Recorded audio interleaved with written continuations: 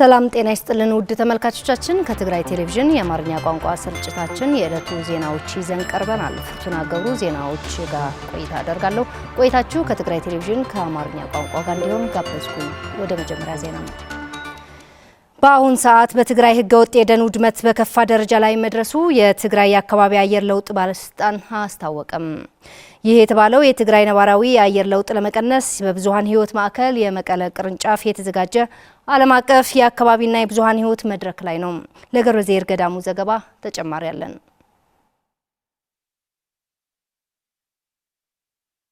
በአውሮፓውያኑ አቆጣጠር በ1972 በስቶክሆልም ስዊድን የተባበሩት መንግስታት ከተካሄደው ኮንፈረንስ ከአንድ ዓመት በኋላም በየዓመቱ ግንቦት 28 ዓለም አቀፍ የአካባቢ ቀን ሆኖ እንዲከበር ይፋ ከተደረገ በኋላም በየዓመቱ በዓለም ታላቁ የፕላትፎርም ሆኖ ፖለቲከኞች፣ ባለሀብቶች፣ መንግስታዊና የግል ድርጅቶች በአካባቢ ላይ ያላቸው ግንዛቤ በማሳደግ ላይ እየሰሩ ይገኛሉ። በትግራይ ደረጃም በዓሉ ብክለትን፣ ብዙሃ ህይወትንና የአየር ለውጥን ለመከላከል ዓላማ ያደረገ መሆኑን የትግራይ የአየር ንብረት ለውጥና የአካባቢ ጥበቃ ኃላፊ አቶ ጸጋይ ገብረማርያም ይናገራሉ። ትግራይ በጣዕሚ ኣብ ሕማቅ ኩነታትንያ ትግራይ በአካባቢ አየር ለውጥ መጥፎ ሁኔታ ላይ ነች። በህገወጥ ደን ከተሞች በክረምት ፌስታል ቆሻሻ ጎርፍ እያስተናገዱ ነው። ስለዚህ ይህን መቀየር አለብን። ስራዎቻችን መንግስታዊና የግል አካሎች ሁሉም ተረባርበው ልንከላከለው ይገባል። ትግራይ በዘርና እንስሳ ላይ በተፈጥሮና በሰው የተለያዩ አደጋ እየደረሰባቸው መሆኑን በመግለጽ ይህን ለመከላከል የሁሉም አስተዋጽኦ ወሳኝ መሆኑን የብዙሃን ህይወት ማዕከል የመቀለ ቅርንጫፍ አስተባባሪ አቶ ሙላቱ ሐየሎም ይገልጻሉ። ኣብ ጠለበጋ ኣብ ከፍቲ ኣብ በእንስሳ እንደ በግ፣ ፍየል፣ ዶሮ ያሉ የእንስሳ ሀብቶቻችን እየጠፉ ነው። ስለዚህ እንዴት አንድ ሆነን በመስራት እናድናቸው የሚል የምክክር መድረክ ነው። የትግራይ ጊዜያዊ አስተዳደር ምክትል ፕሬዝዳንት አቶ አማኑኤል አሰፋም በህገወጥ ደና የተሰማሩ አካሎች እየተጠቀሙበት ያለው ኬሚካል ወደ ከፋ ደረጃ ደርሶም በአካባቢው በልማት ስራዎችና በማህበረሰብ ላይ ከፍተኛ ጉዳት እያደረሱ እንደሚገኙ ገልጸዋል። በአካባቢ ወረዳታት ዝተሐጸሩ ደንታት በተለይ ወረዳዎች ላይ በጦርነቱ ሳቢያ ከፍተኛ ጉዳት ደርሶባቸዋል። በተለይም በማዳን ላይ የተሰማሩ ግለሰቦች እየተጠቀሙት ያሉት ኬሚካል በማህበረሰቡም በአካባቢውም ብሎም በአየር ለውጥም ከፍተኛ ጉዳት እያደረሰ ነው። በአካባቢ የአየር ንብረት ለውጥ አስመልክቶ የተለያዩ ጥናታዊ ጽሑፍ ቀርበው በተሳታፊዎች ውይይት ተካሂዷል። በዓሉም ዘንድሮ በደቡብ ኮሪያም የፕላስቲክ ብክለት ይቁም በሚል መሪ ቃል እንደተከበረ ለማወቅ ተችሏል። የኢትዮጵያ ቤተሰብ መምሪያ ማህበር ውሸቱ በሚባል ፕሮጀክት በትግራይ ስራ አስጀመረም። ውሸቱ ፕሮጀክት በትግራይ በሚኖረው የ5 ዓመት ቆይታ 19 ወረዳዎችንና ለ47 የሕክምና ተቋማት የስነ ወሊድ አገልግሎት የሚሰጥ መሆኑን ታውቋል። ስለሺ ሐጎስ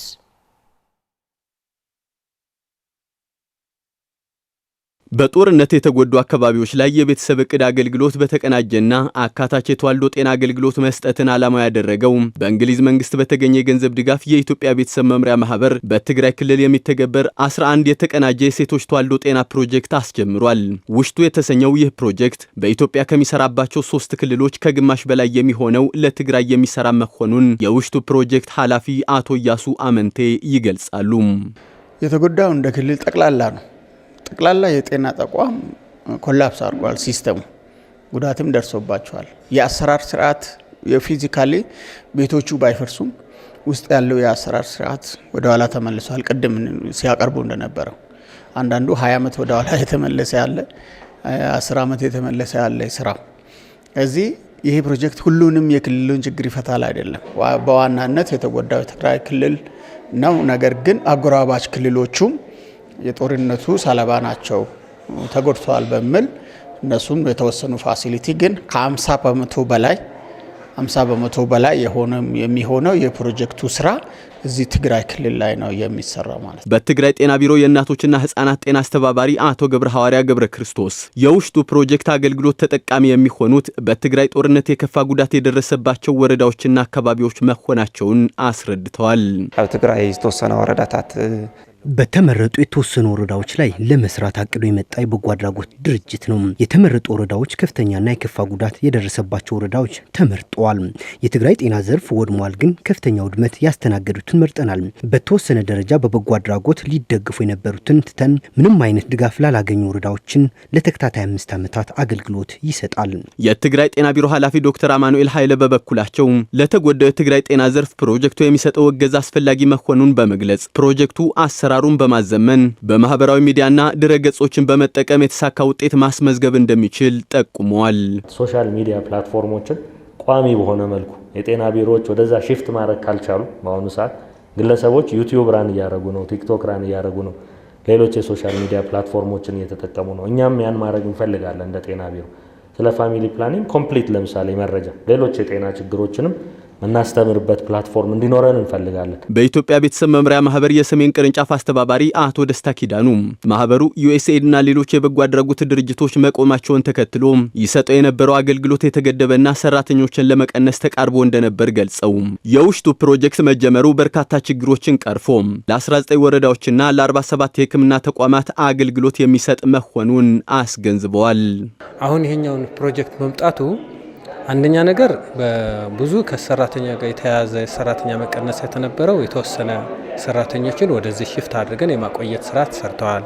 ዋናው ነገር ግን የህብረተሰቡን አገልግሎት ተደራሽነት ከጤና ቢሮ ጋር አብሮ የሚሰራ ስለሆነ ወደ 47 መሆኑ የኛም ፋሲሊቲ ጨምሮ አገልግሎት እየተሰጠ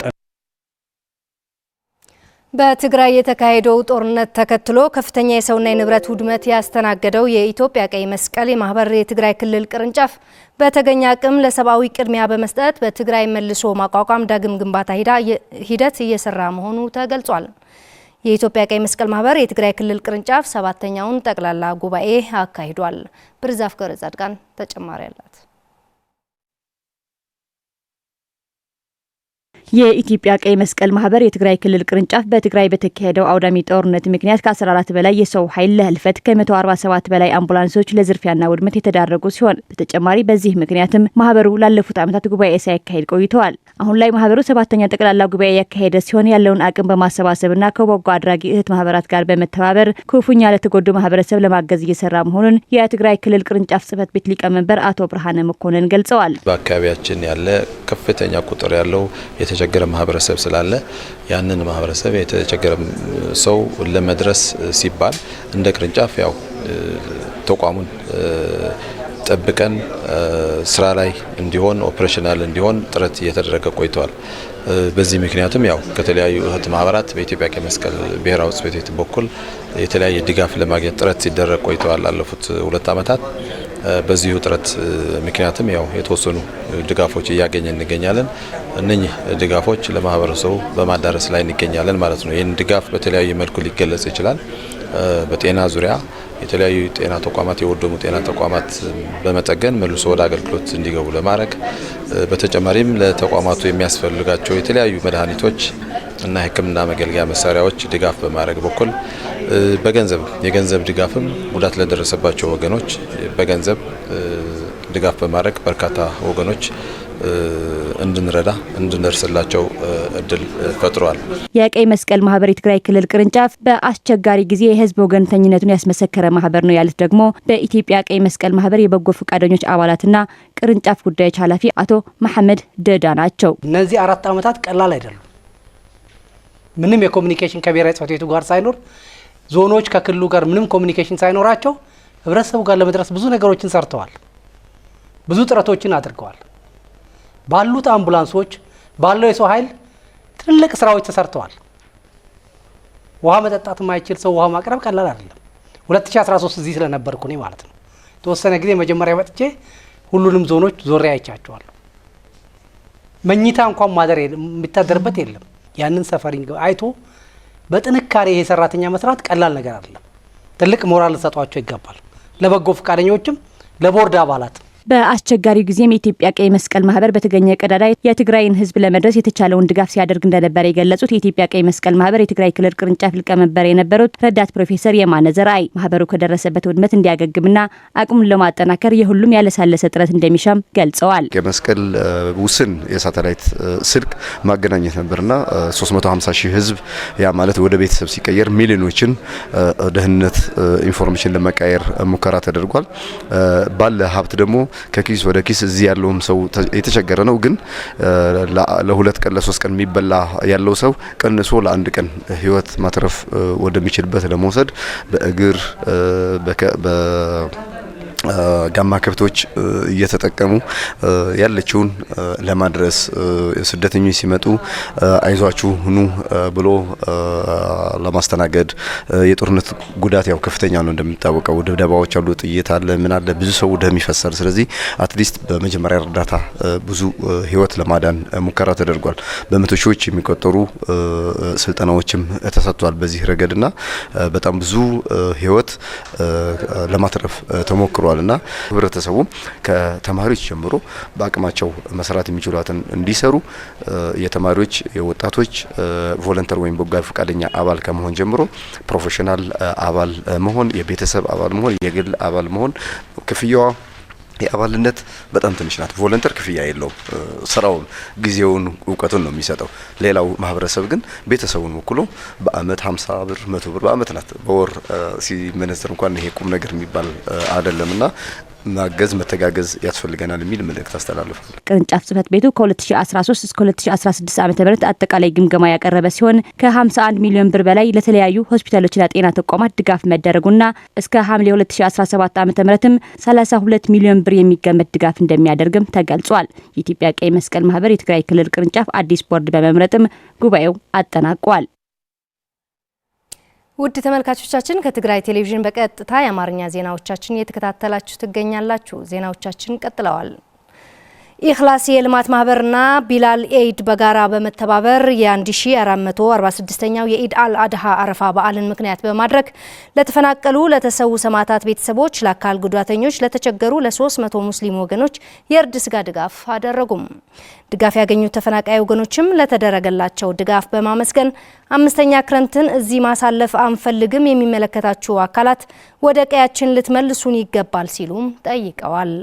የኢኽላስ የልማት ማህበር ምክትል የቦርድ ሰብሳቢ ኢንጂነር ሳሊህ መሐመድ ጣህርና የቢላል ኤድ ፕሬዝዳንት ጋዜጠኛ ዳሞራ ያህያ በበኩላቸው በአረፋ በዓል ምክንያት ለ300 የተፈናቀሉና ለተቸገሩ ወገኖች ድጋፍ አድርገናል ሲሉ አክለዋል።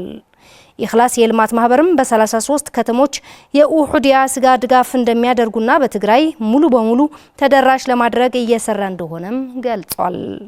የቱርክ መንግስት ተወካይ የሆኑት ሚስተር አሊ ባይ የዲያኔት ፋውንዴሽን በተሰኘው በጎ አድራጊ ድርጅት በኢትዮጵያ ለ20 ዓመታት እየሰራ የመጣ ሲሆን በትግራይ አምና የጀመረው እንደ ቱርክ መንግስትም አረፋ በዓል ምክንያት በማድረግ በተለያዩ የዓለም ክፍል ድጋፍ እያደረገ እንደሆነም ለማወቅ ተችሏል።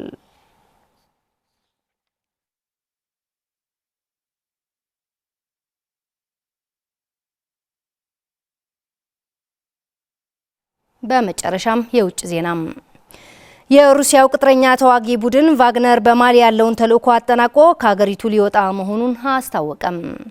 ቫግነር በምዕራባዊቷ አፍሪካዊት ሀገር ማሊ ከአውሮፓውያኑ ከ2021 ጀምሮ ከሀገሪቱ መከላከያ ሰራዊት ጋር በመጣመር ጽንፈኞችን ለመምታት እየሰራ እንደነበር ተገልጿል። ሰለሞን አስመላሽ ጥንቅር አለው። የሩሲያው ቅጥረኛ ተዋጊ ቡድን ቫግነር በማሊ ያለውን ተልዕኮ አጠናቆ ከአገሪቱ ሊወጣ መሆኑ አስታውቀዋል። ቫግነር በምዕራዊቷ አፍሪካዊት አገር ማሊ ከአውሮፓውያኑ 2021 ጀምሮ ከአገሪቱ መከላከያ ሰራዊት ጋር በመጣመር ጽንፈኞችን ለመምታት እየሰራም ይገኛል። ቫግነር ከማሊ ህዝብ ጎን በመሆን ሽብርተኝነትን ተዋግተዋል። በዚህም ነዋሪዎቹ ለዓመታት ሲያሸብሩ የነበሩ በሺዎች የሚቆጠሩ ታጣቂዎችና አዛዦቻቸው ገድለዋል ሲል በቴሌግራም ገጹ አስታውቀዋል። ቫግነር ከአገሪቱ እንደሚወጣ ያስታወቀው የማሊ ወታደሮች ከአንድ ሳምንት ባነሰ ውስጥ ለሁለተኛ ጊዜ የከፋ ጥቃት ከደረሰባቸው በኋላ በአገሪቱ ማዕከል ከሚገኘው ትልቁ የጦር ሰፈር መውጣታቸውን የሚገልጹ ዘገባዎች እየወጡ ባሉበት ወቅት ነው። ማሊ ለ10 ዓመታት ከእስላማዊ ታጣቂዎች ጋር ስትታገልም ቆይታለች። የአገሪቱ መንግስት ይህንን የጸጥታ ችግር ለመቋቋም ተስኖት የሚሉ ክሶች ከቀረበበት በኋላ ወታደራዊ ኃይሉ ከጥቂት ዓመት በፊት ስልጣኑ ተቆጣጥሯል። የአገሪቱ መንግስት ለማገዝ በመጀመሪያው ተሰማርቶ የነበረው የፈረንሳይ ጦር በአውሮፓውያኑ 2022 አገሪቱ ለቆ ወጥተዋል። ከጥቂት ዓመታት በፊት ወታደሮች ስልጣን የተቆጣጠሩባቸው ማሊ፣ ኒጀር እና ቡርኪና ፋሶ ከቀድሞ ቅኝ ገዢያቸው ፈረንሳይ ጋር ያላቸውን ግንኙነት በማቋረጥ ከሩሲያ ጋር ቅርበት ፈጥረዋል። ስልጣኑን በኃይል የተቆጣጠረው ወታደራዊ ኃይል አማጽያኑን ለመዋጋት ከሩሲያ ቅጥረኛ ቡድን ቫግነር አብሮም እየሰራ ይገኛል። በምላሹም ታጣቂዎቹ ስትራቴጂካዊ ጠቀሜታ ያላቸው የተፈጥሮ ሀብቶችን ያገኛሉ። በቅርብ ሳምንታት ውስጥ በሳህል ግዛት በሚገኙ የጦር ሰፈሮች ላይ የጂሃዲስቶች ጥቃት እያገረሸ መምጣታቸውንም ተገልጿል። ቫግነር ከማሊ መውጣቱን ቢያስታውቅም የሩሲያ ኃይሎች አሁንም በአገሪቱ የጸጥታ ኃይል ላይ ንቁ ሚና እንደሚኖራቸው ተገልጿል። የቅጥረኛው ተዋጊ ቡድን ተቀናቃኝ የሆኑ አፍሪካ ኮርፕስ የሚባሉ የሩሲያ ወታደሮች በአህጉሪቱ ውስጥ የቫግነርን ሚና እንደሚወስዱም ሲነገር ቆይተዋል። ሩሲያ በምዕራብና በመካከለኛው አፍሪካ ወታደራዊ፣ ፖለቲካዊና ኢኮኖሚያዊ ተጽዕኖዋ እየጨመረም መጥተዋል። ቫግነር ማሊን ቢለቅም ዋና መስሪያ ቤቱ ከሚገኝበት የመካከለኛው አፍሪካ ሪፐብሊክ ይወጣ እንደሆነ አልተገለጸም። ዘገባው የቢቢሲ ነው። ውድ ተመልካቾቻችን ለሰዓቱ ያዝናቸው የአማርኛ ዜናዎች እነኚህ ነበሩ። ዜናዎች በመምራት ፍርቱና ገብሩ ቆይታ አደረኩኝ። ትግራይ ቴሌቪዥን መከታተል ከዋናው ስርጭታችን በተጨማሪ በፌስቡክ እንዲሁም በዩቲዩብ በሌሎች አውታሮች መከታተል ትችላላችሁ። መልካም